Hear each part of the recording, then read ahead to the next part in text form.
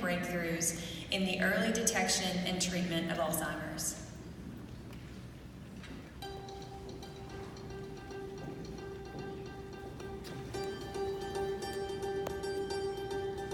I grew up in Fort Smith, and I lived there until I graduated from high school. Then we moved to Los Alamos. So we moved there in '52, and I think that was the beginning of something so magical, because I met people. So those kinds of interactions with people and hearing conversations on interesting topics. So I learned from them how to be even more curious, even more wanting to know about something new.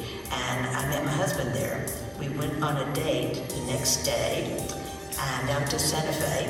So I told my friend after the second week that if he asked me to marry him, I would. And the next week he did. And I said yes.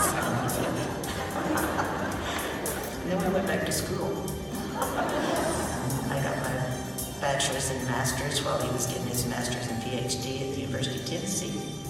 When I met with people doing science, like the people that were in graduate school with Ed, it was like suddenly it was like magic. And when I went to school, when I went to the University in Tennessee, I was taking these classes like chemistry and math, and it was like the light just came on. I loved it. I felt like from the time I went to Los Alamos till I was finishing my PhD, it was just like an incredible exposure to people that were brilliant and doing and wanting to know things that they didn't know.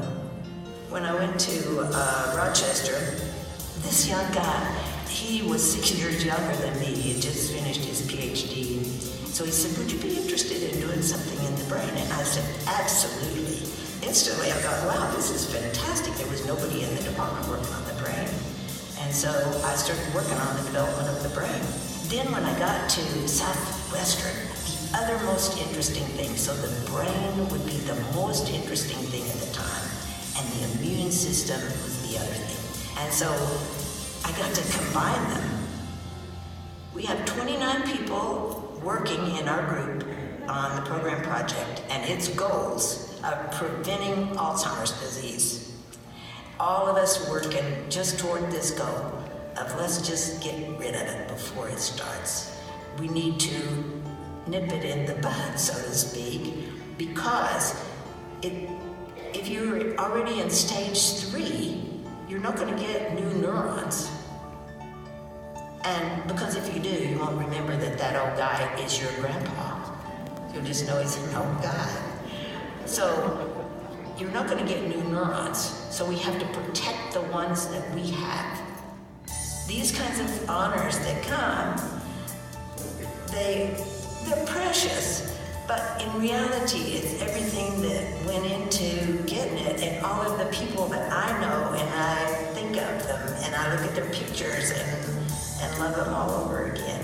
So all of that is part of this honor. But I do want you, women and men, I mean, this is a serious world that we live in.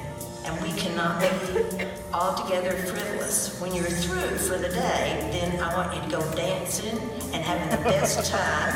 And in the words of Dr. Way, while you're dancing, if you're singing, it's even better.